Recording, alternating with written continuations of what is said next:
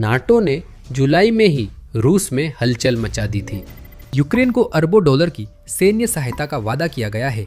साथ ही नाटो में यूक्रेन को एक प्रमुख सुरक्षा साझेदार के रूप में मान्यता भी दी गई है। लेकिन नेटो अभी रुका नहीं है। ये रूस पर कुछ नया छोड़ने की तैयारी कर रहा है, कुछ अमानवीय। ये रूस को अलग थलग करने के लिए है, क्योंकि उसकी सीमा पर गैर मानवीय सेना तैयार की जा रही है। और ये सब एक ऐसी तकनीक पर आकर टिक जाता है जिसे रूस अभी तक महारत हासिल करने के करीब भी नहीं पहुंचा है, कृत्रिम बुद्धिमत्ता। बिजनेस इनसाइडर द्वारा देखे गए नए दस्तावेज सब कुछ उजागर करते हैं। 8 जुलाई की रिपोर्ट में कहा गया कि रूस के साथ नाटो के पूर्वी मोर्चे पर पूरी तरह बदलाव की योजना है। 21वीं सदी के लिए अपडेट किया गया यह नया आयरन कर्टन नेटो को रूस पर अपनी विशाल एआई बढ़त का फायदा उठाने देगा।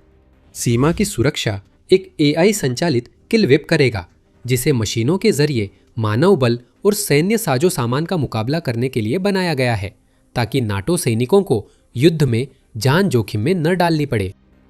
ये साफ तौर पर यूक्रेन और पुतिन के आक्रमण का मुकाबला करने के उसके पागलपन भरे नवोन्मेषी तरीके से प्रेरित है।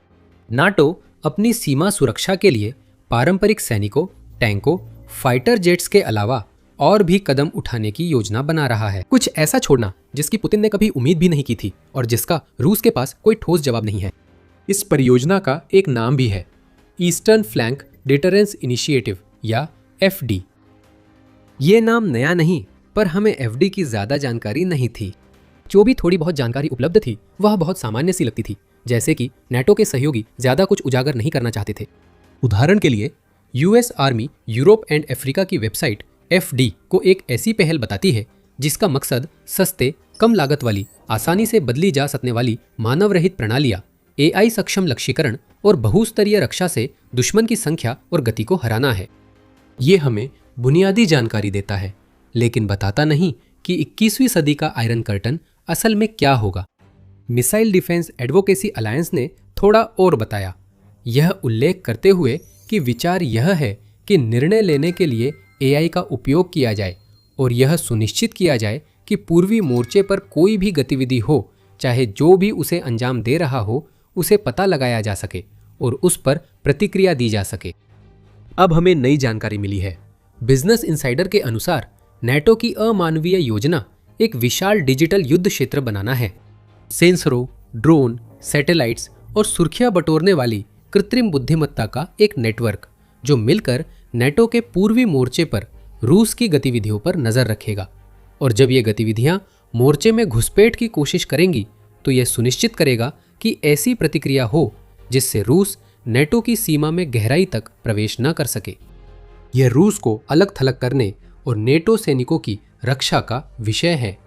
अगर आप सोच रहे हैं नाटो AI संचालित किल वेब क्यों बना रहा है, तो इसके जवाब बिजनेस इनसाइडर द्वारा देखे गए दस्तावेजों में है।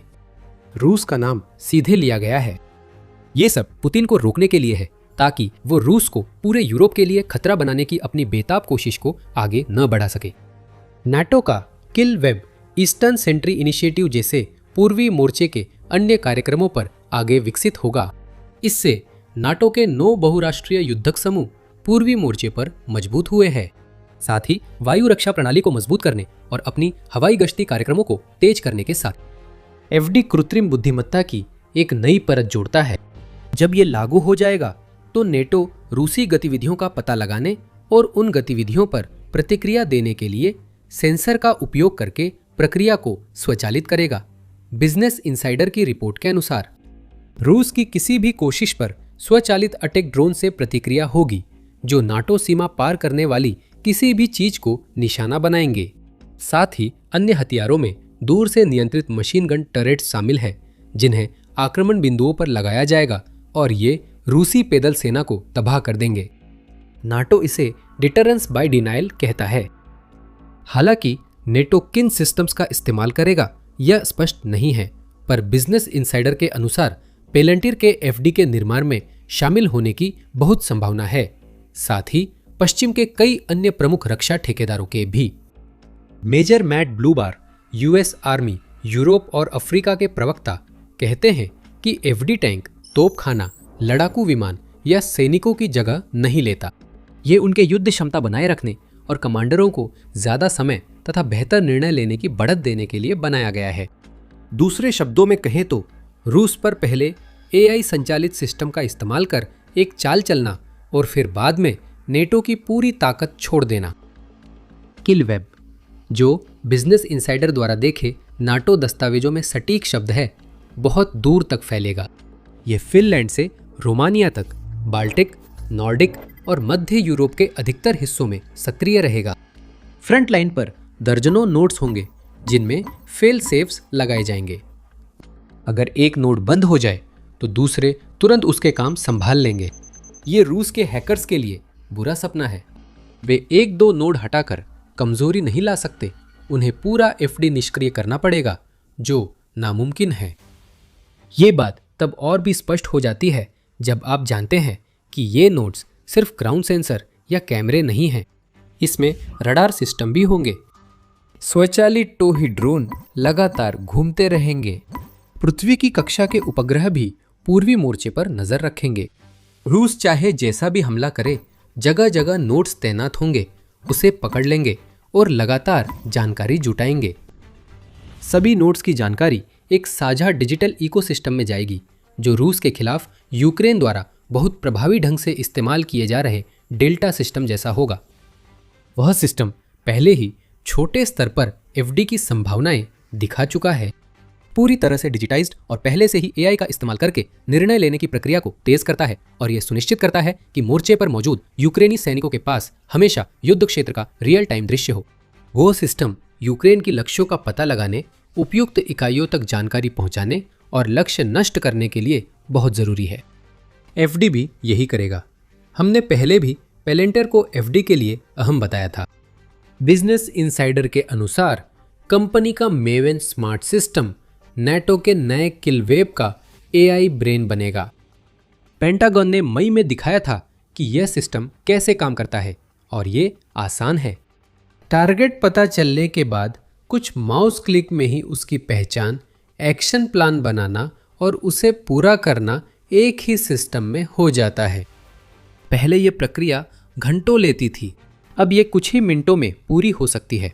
और अगर FD अपनी क्षमता के मुताबिक काम करता है तो इसे स्वचालित ड्रोन और अन्य हथियारों का समर्थन मिलेगा जो तुरंत हमला करेंगे।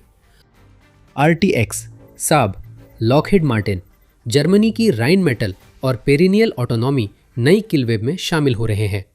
पेरिनियल ऑटोनॉमी ने मिरॉप्स AI संचालित ड्रोन इंटरसेप्टर विकसित किया है जो FD का पक्का हिस्सा बनने वाला है। यहाँ हम जो देख रहे हैं वह यह है कि नाटो अपने पूर्वी मोर्चे पर प्रतिरोधक रणनीति के तरीके में पूरी तरह से बदलाव ला रहा है। अब ये केवल शक्ति प्रदर्शन के जरिए रूस को आक्रमण करने से रोकने की बात नहीं रह गई है। अब बात रूस की सेनाएं पलट झपके उससे भी पहले जवाब देने की है और यह क्षमता अब पहले से कहीं ज्यादा जरूरी हो गई है। क्यों? जल्द बताएंगे। इससे पहले ये है द मिलिट्री शो। अगर आपको हमारे चैनल से महत्वपूर्ण जानकारी मिल रही है तो सब्सक्राइब करें और नोटिफिकेशन बेल दबाएं ताकि आप हमें अपनी फीड में और देख सकें। इसी वजह से FD इतनी महत्वपूर्ण है। हमने नाटो के पूर्वी मोर्चे के रास्ते होने वाले रूसी आक्रमण पर तुरंत जवाब देने के विचार का जिक्र किया है। रूस के पास इस क्षेत्र में दो फायदे हैं, संख्या और गति। यूक्रेन ने रूस की सेना को कमजोर किया, फिर भी पूरी तरह लामबंद रूस बड़ा खतरा है। सैकड़ों हजारों सैनिकों को नाटो क्षेत्र पर हमला करने का आदेश मिल सकता है और अगर न रोका गया तो वे तेजी से बढ़ सकते हैं। नाटो के पास पहले से सीमा सुरक्षा है, लेकिन अगर पुतिन पूरी ताकत झोंक दे तो पूर्ण पैमाने का रूसी आक्रमण अपनी भारी तादाद से इन सुरक्षा व्यवस्थाओं को जल्दी रौंद सकता है। ये वही स्थिति है जिसकी तैयारी नाटो सबसे बुरी स्थिति के लिए कर रहा है। हमने डिटरेंस बाय डिनायल सिद्धांत का पहले जिक्र किया था। यह सिद्धांत दिखाता है कि रूस से पैदा खतरे से निपटने के नाटो के तरीके में पूरी तरह बदलाव आ गया है। नाटो ने दशकों तक डिटरेंस बाय पनिशमेंट पर भरोसा किया। संक्षेप में विचार यह था कि रूस जो भी करने की कोशिश करेगा उसके बदले उसे सीधा दंड मिलेगा, एक तरह की चेतावनी के रूप में, ताकि रूस को ये एहसास हो जाए कि उसे अपनी सीमाओं से बाहर नहीं जाना चाहिए। शायद ये उस अवधारणा को कम करके आंकता है। कुल मिलाकर विचार ये था कि रूस को दिखाया जाए कि वह जो कुछ भी कर सकता है, नाटो उससे बेहतर जवाब दे सकता है। ये बात परमाणु हथियारों तक भी जाती है। अगर रूस परमाणु हमला करता है तो नाटो के पास भी बहुत सारे हथियार तैयार है जो रूस को उसके इरादों से पीछे हटने के लिए दंडित कर सकते हैं। यह तरीका नाटो के अस्तित्व के अधिकांश समय में सफल रहा। नाटो और रूस के बीच शीत युद्ध समेत कई बार तनाव रहा, लेकिन रूस ने नाटो सदस्य देश पर कभी पूरा हमला नहीं किया क्योंकि उसे सजा का डर था। पुतिन द्वारा यूक्रेन पर हमले के बाद से इस प्रतिक्रिया आधारित तरीके पर सवाल उठे हैं। पुतिन एक पागल आदमी है। उन्होंने यह बात यूक्रेन पर अपने हमले को जारी रखने के लिए जितनी कुर्बानियां देने की इच्छा दिखाई है, खासकर रूस के लोगों के खून के मामले में उससे साबित कर दी है। नाटो पुतिन की अगली कार्रवाई पर नजर रखे हुए है। पूर्वी सीमा की रक्षा हो चुकी है। जिन टैंकों, लड़ाकू विमानों और सैनिकों का जिक्र हुआ है वे खास भूमिका निभाते हैं। अगर रूस किसी भी क्षेत्र पर आक्रमण करके कब्जा करता है तो उसे फिर से वापस ले लिया जाएगा, खासकर जब नाटो अपनी रसद व्यवस्था को सक्रिय करेगा और मोर्चे पर और सैनिकों और उपकरणों को भेज देगा, जिससे अंततः रूस को पीछे धकेलकर उस क्षेत्र को आज़ाद कराया जा सके। इस तरीके में दो समस्याएं हैं। पहली बात, इसका मतलब है रूस के साथ सीधे टकराव में शामिल होना, जिससे हताहतों और उपकरणों का नुकसान होता है। अगर पुतिन ने यूक्रेन में हमें एक बात दिखाई है तो वो ये है कि वो सैनिकों की जानें गंवाने और अरबों डॉलर के उपकरणों के नुकसान को भी नज़रअंदाज करने को तैयार है, सिर्फ थोड़ी सी जमीन पर कब्जा करने के लिए। दूसरी बात, यह तरीका उस नेता से निपटने पर निर्भर करता है जो अपनी सोच के मुताबिक एक नया विश्व बनाने के लिए अड़ा हुआ नहीं है। दूसरे शब्दों में, रूसी राष्ट्रपति बातें तो बड़ी करते हैं पर नाटो की सीमाओं को धमकी देने की बात आए तो कुछ खास नहीं करते। पुतिन ऐसे नहीं है, कम से कम यूक्रेन के बाद से तो बिल्कुल नहीं। और यही वो बड़ा कारण है जिसकी वजह से एफडी की जरूरत है। रूस पहले ही सीमा पार युद्ध में शामिल है, हालांकि पारंपरिक रूप से नहीं, जिससे नाटो की पारंपरिक सीमा रक्षा रणनीति पर दबाव बढ़ रहा है। यह सिर्फ पुतिन की चेतावनियों तक सीमित नहीं, हालांकि उनका भी रोल है। अक्टूबर 2025 में पुतिन ने कहा कि यूरोपीय सैन्य विस्तार रूस को कदम उठाने पर मजबूर करेगा, लेकिन उन्होंने यह अनदेखा किया कि ये विस्तार रूस की यूक्रेन में कार्रवाइयों के कारण है। पुतिन लगातार नेटो को अंदर से तोड़ने की कोशिश करते रहे हैं, खासकर ट्रंप प्रशासन को यह दिखाते हुए कि नेटो अमेरिका पर ही निर्भर एक परजीवी है। जुलाई की शुरुआत में आई रिपोर्ट्स के मुताबिक अमेरिकी खुफिया एजेंसियों ने पोलैंड को चेताया कि रूस जल्द ही उसके क्षेत्र में बड़ी कार्रवाई की योजना बना रहा है। पुतिन शोर मचा रहे हैं, इसमें कोई हैरानी नहीं है। समस्या है कि शोर के साथ सीमा से जुड़ी गतिविधियां भी हो रही हैं। रूस बाल्टिक और नॉर्डिक देशों के साथ लगी अपनी सीमाओं पर अपनी आधारभूत संरचना बना रहा है। मिलिटार्नी ने जून में बताया था कि यह आधारभूत संरचना रूस को नाटो के पूर्वी मोर्चे पर 1,15,000 तक सैनिक तैनात करने में सक्षम बना सकती है, जिससे उल्लेखित भारी संख्या और गति संभव होती है। इसके अलावा रूस ने यूक्रेन युद्ध में कई बार नाटो के क्षेत्र का उल्लंघन किया। हमने देखा है कि ड्रोन पोलैंड और रोमानिया में घुस आए हैं। रूसी लड़ाकू विमान एस्टोनिया की हवाई सीमा में प्रवेश कर चुके हैं। रूसी जासूसी जहाज और पनडुब्बियां नाटो के जल क्षेत्र में मंडरा रही हैं। अप्रैल में ब्रिटेन की रॉयल नेवी ने बताया कि उसने अपने जल क्षेत्र में रूसी पनडुब्बी पकड़ी और पुतिन को संदेश देने के लिए जहाज व विमान तैनात किए कि ऐसी हरकतें बर्दाश्त नहीं होंगी। इनमें कुछ भी सहयोग नहीं है।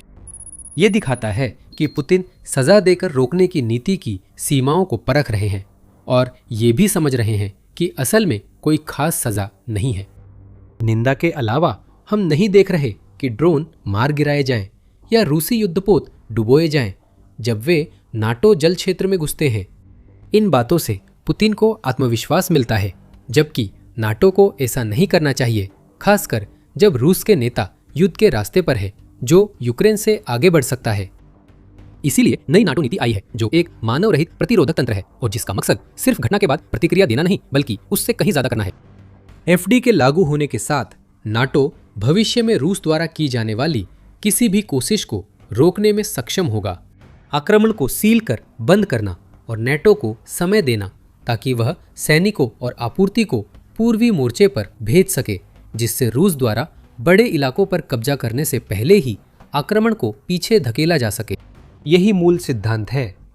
एफडी नेटो सीमा सुरक्षा का नया तरीका है जिसे यूक्रेन युद्ध से सीखे गए सबक, खासकर पहले मशीनों के लड़ने और इंसानों के तभी शामिल होने जब ये बिल्कुल ज़रूरी हो, के कारण बनाया जा रहा है।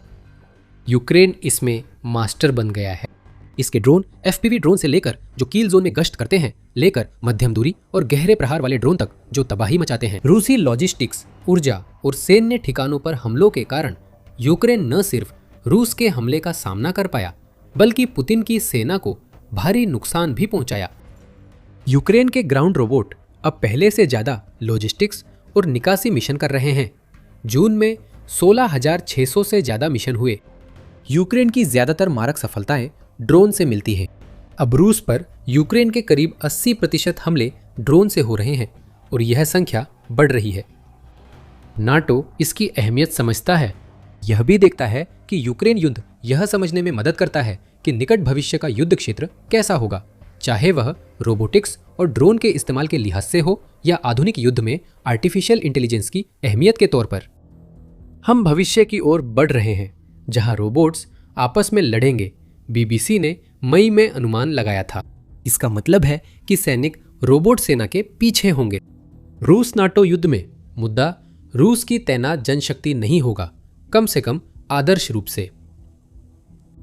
ये रोबोटिक ताकत पर निर्भर है जिसे हर पक्ष तैनात कर सकता है।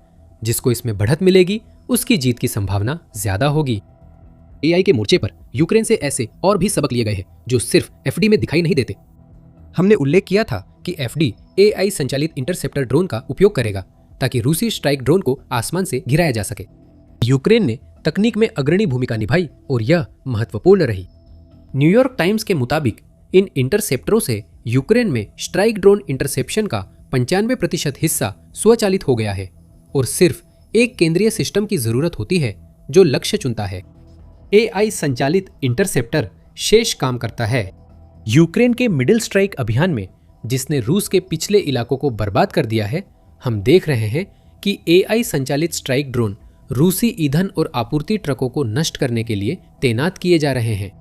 उन ड्रोन में से एक हॉर्नेट एक अमेरिकी कंपनी द्वारा बनाया गया है, जिससे यह लगभग तय है कि वह नाटो के किल वेब का हिस्सा बन जाएगा। यही वह जगह है जहां यह एआई आधारित तरीका बहुत महत्वपूर्ण होता है। कृत्रिम बुद्धिमत्ता की बात करें तो नेटो पहले ही रूस से आगे है। पुतिन को एआई संशयवादी कहना सही नहीं होगा, लेकिन वे तकनीक से डरते हैं और शीत युद्ध की मानसिकता से बाहर निकलने में मुश्किल महसूस करते हैं, जो उनके यूक्रेन युद्ध को भी प्रभावित करती है। यूएनएन के मुताबिक पुतिन की आधुनिक तकनीकों से डर के चलते रूस एआई में पश्चिम और चीन से काफी पीछे है। इस आउटलेट ने स्टैनफोर्ड विश्वविद्यालय के एक अध्ययन का हवाला दिया, जिसमें जनवरी में एआई उद्योगों की ताकत के आधार पर रूस को 36 देशों में 28वां स्थान दिया गया था। ध्यान दें कि रूस के पास यूक्रेन युद्ध जैसी स्पष्ट प्रेरणा है जिससे पुतिन को एआई का समर्थन करने के लिए प्रोत्साहित किया जा सकता है, लेकिन वह फिर भी ऐसा नहीं कर रहे हैं। जनवरी में प्रकाशित जेम्सटाउन फाउंडेशन के एक लेख के अनुसार एआई विकास के मामले में रूस पश्चिम और चीन से संभवतः 3 से 5 साल पीछे है। रूस को एआई में पीछे रखने का कारण सिर्फ पुतिन की सनक नहीं है। 18 जून के एक लेख में टाइम मैगजीन ने बताया कि रूस एआई संप्रभुता चाहता है तो उसके सामने बहुत बड़ा काम होगा, या यूं कहें बेहद सूक्ष्म काम। चिप्स एआई का मुख्य हिस्सा है, लेकिन रूस के पास विश्व नेता बनने के लिए जरूरी चिप्स बनाने की क्षमता नहीं है। रूस मॉस्को स्टेट यूनिवर्सिटी में एआई फैकल्टी खोलकर और कोर्स फीस माफ कर छात्रों को एआई सिखा रहा है, फिर भी पुतिन की हर चीज पर नियंत्रण रखने की बेताब जरूरत रूस को पीछे रखेगी। टाइम मैगजीन बताता है कि पुतिन की सनक रूस को एआई में पंगु बना रही है। रूसी एआई मॉडलों को रूसी आध्यात्मिक और नैतिक मूल्यों का पालन करना होता है, चाहे उसका मतलब कुछ भी हो। उस अस्पष्ट शर्त को चिप की समस्या में जोड़ दे, क्योंकि रूस को जिन चिप्स की जरूरत है वे उसे सिर्फ एक काला बाजार से ही मिल सकती हैं। यह एक तरह से रुक रुक कर काम करने वाले माध्यम की तरह है, जो अमेरिकी बनी चिप्स को देश में भेजती है। यह स्पष्ट है कि एआई में रूस नेटो से जुड़े देशों और यूक्रेन से काफी पीछे रहेगा। एफडी के संदर्भ में यह मायने रखता है क्योंकि नेटो को रूस पर बहुत बड़ी शुरुआती बढ़त हासिल है। अगर आने वाले युद्ध में रूस की ताकत, उसकी संख्या और गति है तो नाटो के पास तकनीक, नवाचार और एआई में यह बढ़त है। एफडी उसी बढ़त का ठोस रूप है, नोड्स और स्वचालित प्रणालियों की एक दीवार जो साफ बता देगी कि कोई भी रूसी सैनिक या उपकरण नाटो सीमा पार करेगा तो क्या होगा। वे मर जाएंगे, तो जो भी उनके पीछे आएगा उसका भी वही हाल होगा। और ये सब इसलिए होगा क्योंकि वहमग्रस्त पुतिन इस बात को लेकर इतने आश्वस्त हैं कि उनकी पुरानी रणनीतियां काम कर सकती हैं, कि उन्होंने रूस को एआई के मामले में बहुत पीछे गिरने दिया है, जबकि वे उसी युद्ध को लड़ रहे हैं जिसने एआई को सबसे आगे ला दिया है। फिर भी पुतिन इतने हताश होंगे कि एफडी के रहते हुए भी नाटो के खिलाफ युद्ध छेड़ने की कोशिश करेंगे। उन्हें ऐसा करना ही होगा। यूक्रेन युद्ध के असफल होने के साथ ही पुतिन अपने देश में अपनी नेतृत्व क्षमता को लेकर खतरनाक सवालों का सामना कर रहे हैं। उन्होंने रूस की भू राजनीतिक ताकत को कमजोर कर दिया है। अब रूस के नेता के लिए इस समय जिस दुश्मन का वो सामना कर रहा है, उससे भी बड़े दुश्मन के खिलाफ नई लड़ाई ही शायद सत्ता पर अपनी पकड़ बनाए रखने का इकलौता रास्ता हो सकती है। लेकिन सबसे पहले उसकी पकड़ कमजोर होना शुरू क्यों हुई, हम अपने वीडियो में सब कुछ विस्तार से बताते हैं, जहां हम यह उजागर करते हैं कि रूस को यूक्रेन में हार से भी बुरी स्थिति का सामना करना पड़ रहा है। उस वीडियो को देखें और द मिलिट्री शो को सब्सक्राइब करें ताकि रूसी खतरे से निपटने के लिए नेटो के बदलते तरीकों पर हमारा कोई भी विश्लेषण आपसे छूट न जाए। देखने के लिए धन्यवाद।